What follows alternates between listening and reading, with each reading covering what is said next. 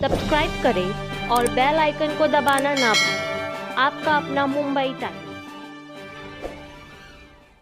Desirable है कि नहीं है। बाद में जुवेनाइल जस्टिस एक्ट के बारे में जब बात कही गई, जिसमें हम लोग भी शामिल हुए थे, बोर्ड भी शामिल थी, तो उसकी मैं तफसील में नहीं जाऊँगा क्योंकि वक्त बहुत कम है।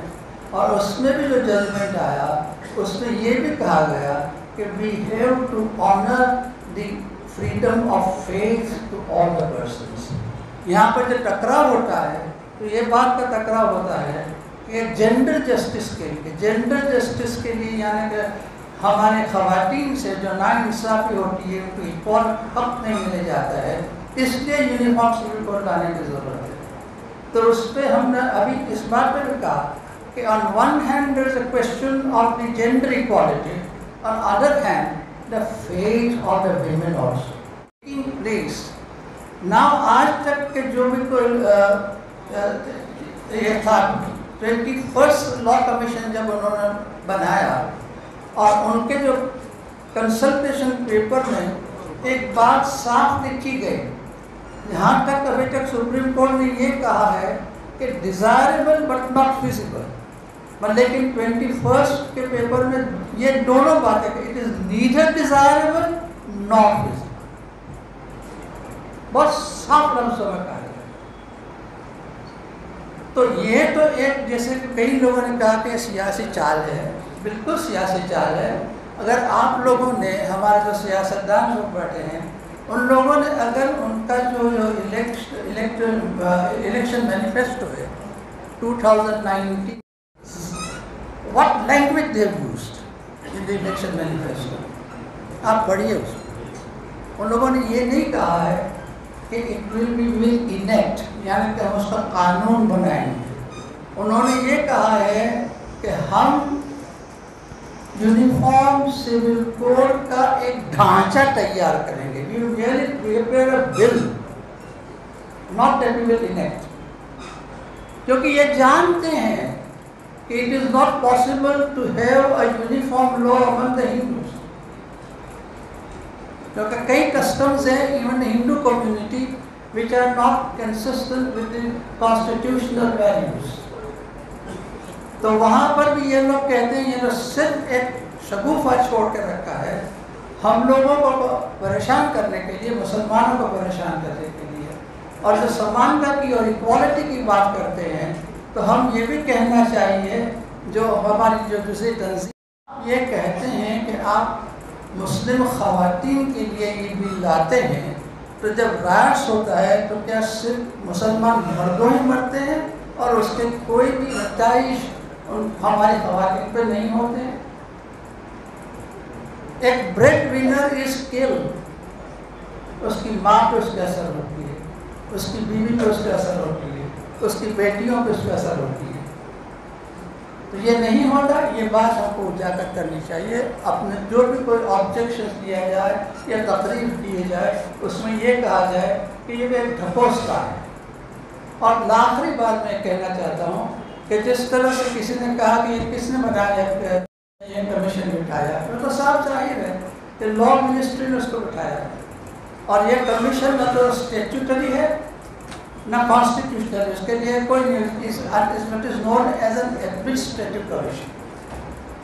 और एडमिनिस्ट्रेटिव कमीशन में जिस आदमी को बिठाया है, मैं उसको आदमी कहता हूँ, जिस आदमी को बिठाया है वो is ex chief justice of Karnataka high court, justice Awasthi, chief justice. उसी ने हिजाब का जजमेंट लिखा था, और हिजाब के जजमेंट में उसने ये कहा था कि हिजाब पहनना अगर स्कूल, तो लेडी है, girl has to comply with it. जब उसको ये कहा गया कि इससे तो आप एक गर्ल स्टूडेंट के फंडामेंटल राइट टू एजुकेशन को नकार रहे हैं, उसको डिनाई कर रहे हैं, तो उन्होंने ये कहा कि better is a discipline in the court, discipline in the school, the right of education is not important। ये आदमी को जिसने इस तरह से बात की है, वो अभी मुसलमान औरतों और ख़वातीन के हुकूक के लिए यूनिफॉर्म सिविल कोड पे इंक्वायरी कर रहे हैं। ये ढकोसला हमें लोगों के सामने लाना चाहिए और ये हम बात ठीक तरह से वाज़ेह करनी चाहिए कि 1948 जनवरी में गांधी जी के अचानक हलाकत, और वो भी एक फैसिस्ट हिंदू के हाथों, उसके वजह से मुल्क के अंदर एक अजीब माहौल बन गया। सलाम हो मौलाना आज़ाद की रूह पर कि मौलाना आज़ाद इस खबर को सुनते ही जवाहरलाल नेहरू के पास गए और नेहरू से कहा कि फौरी तौर पर आपको या पटेल को इसका ऐलान करना चाहिए without wasting a single minute कि गांधी की हलाकत की जिम्मेदारी मुसलमानों पर नहीं है, फलां लोगों पर।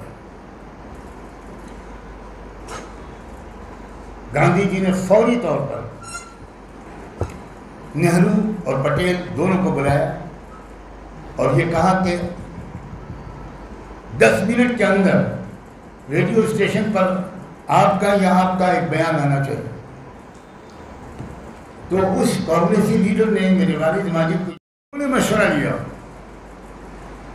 डिसिप्लिन कौमें जो होती हैं वो अपनी क़यादत के इशारों के इंतज़ार में रहती हैं और कहती हैं समिअना व अताअना, और अगर उन्हें कोई बात कहनी होती है तो वो क़यादत से तन्हाई में मिलकर अपनी बात रखते हैं। कुछ कन्फ्यूजन्स होते हैं तो वो उनसे मिलकर अपनी बात खुलकर कहते हैं, करेस्पॉन्डेंस करते हैं, और क़यादत की ये जिम्मेदारी भी होती है कि वो उनको मुतमईन करने की कोशिश करे। शुरू दिन से मुस्लिम पर्सनल बोर्ड की क़यादत का यही मिजाज रहा है। बोर्ड के अंदर वो मुख्तलिफ किस्म के की सलाहियतों वाले लोग मौजूद है, कहकशां हैं वो। हमारी है कि काम नहीं करते, मशवरे देते हैं और आप लोग बर्दाश्त कर लेते हैं। मैं पंजाबी आदमी में बर्दाश्त नहीं करता, तो मैंने अपने ऑफिस के 2 गेट खोल रखे हैं। एक तरफ से आदमी आता है, अगर वो मशवरा देता है तो मैं कहता हूँ इधर बताए प्लीज़ गेट आउट, बिल्कुल गेट आउट। मैं ये सुनना चाहता हूँ कि आप हमारे आंदोलन के लिए क्या करना चाहते हैं। मैं ये नहीं सुनना चाहता कि ये कर दीजिए, वो कर दीजिए, वो कर। मुआशरती अहकाम से मुताल्लिक़ तकरीबन वो सब औरतों के हुकूक के तहफ़्फ़ुज़ के लिए नाज़िल की गई। देखिए, एक से ज़्यादा निकाह की इजाज़त दी गई, क्यों दी गई? इस्लाम से पहले कोई तहदीद नहीं थी, गैर महदूद इजाज़त थी निकाह, और इंसाफ की भी क़ैद नहीं थी। तो आयत नाज़िल हुई, 10-10 औरतें एक आदमी के निकाह में होती थी। तो आयत नाज़िल हुई कि ज़्यादा से ज़्यादा इसकी तादाद 4 होगी और इंसाफ की शर्त होगी औरतों के हक़ में। तलाक़ की आयत नाज़िल हुई औरतों के हक़ में। तलाक़ के देने के बावजूद औरत शौहर की गिरफ्त से आज़ाद नहीं होती थी। 100 बार तलाक़ देते थे, फिर उठा कर ले आए। गोया कोई कचरा है डस्टबिन में डाला, फिर निकाल कर ले आए। कुरान मजीद ने उसको औरत के वक़ार को बहाल करने के लिए कुरान ने कहा कि नहीं, 1 तलाक़ या 2 तलाक़ देने की गुंजाइश है। अगर तीसरी तलाक़ दे दी, निकाह ख़त्म हो गया, अब तुम्हारा उस पर कोई इख्तियार नहीं है। औरत के वक़ार को बहाल करने के लिए शरीयत ने यह हुक्म रखा। मीरास की आयत क्यों नाज़िल हुई? उलमा मौजूद है, आप पूछ लीजिए। बाकी है और ये कुरान क़यामत के सुबह तक बाकी रहेगा। जलाने वाले जलाया करें, इसको मिटाने वाले मिटाया करें, इस पर हमला करने वाले हमला किया करें, और इस पर तब्दीली लाने वाले लोग तब्दीली किया करें। मगर ये इस्लाम, ये कुरान और ये शरीयत हमेशा से है, हमेशा रहेगी। इसमें किसी तरह की भी तब्दीली की गुंजाइश किसी भी पर्दे बशर में नहीं है। ये आसमानी कानून है और आसमानी कानून शुरू से है और आखिर तक रहेगा। मुझे नहीं समझ में आता कि हुकूमत हिंद को सिविल कोड लाने की क्या जरूरत पेश आई। उनका जो काम है, उनकी जो जिम्मेदारी है, उससे वो सरेमुँह गर्दानी कर रहे हैं और हट रहे हैं, खरीद फरोख्त कर रहे हैं या दीगर ऐसे काम कर रहे हैं जो उन्हें नहीं करना चाहिए। भुखमरी का खात्मा वो नहीं कर सकी, तो उसके लिए इस तरह के हंगामे बर्पा करके मुसलमानों में बेचैनी पैदा करने की कोशिश की जा रही है।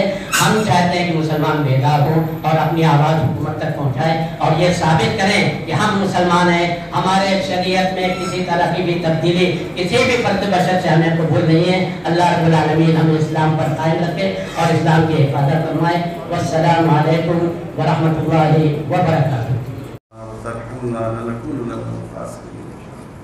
اللهم انصر الاسلام والمسلمين اللهم انصر من نصر دين محمد صلى الله عليه وسلم وجعلنا منهم اللهم اقبل من خذل دين محمد صلى الله عليه وسلم ولا تجعلنا منهم اللهم ارحمنا ولا تسلط علينا من لا يرحمنا اے اللہ ہم سب پر رحم فرما اے اللہ برادران وطن کے دلوں میں اسلام اور مسلمانوں کے بارے میں جو غلط فہمیاں ہوں ان کو دور فرما اے اللہ اس وقت UCC کے سلسلے میں جو مہم چل رہی ہے اس کو نتیجہ خیز اور کامیاب اور ثمرآور بنا اے اللہ ہر طرح کے شرور سے شریعت اسلامی کے متبعین کی اور ہمارے اس ملک کی اور ہمارے دیش کی حفاظت فرما اے اللہ اس ملک کا جو اصل مزاج ہے بھائی چارے کا اور اتحاد کا محبت کا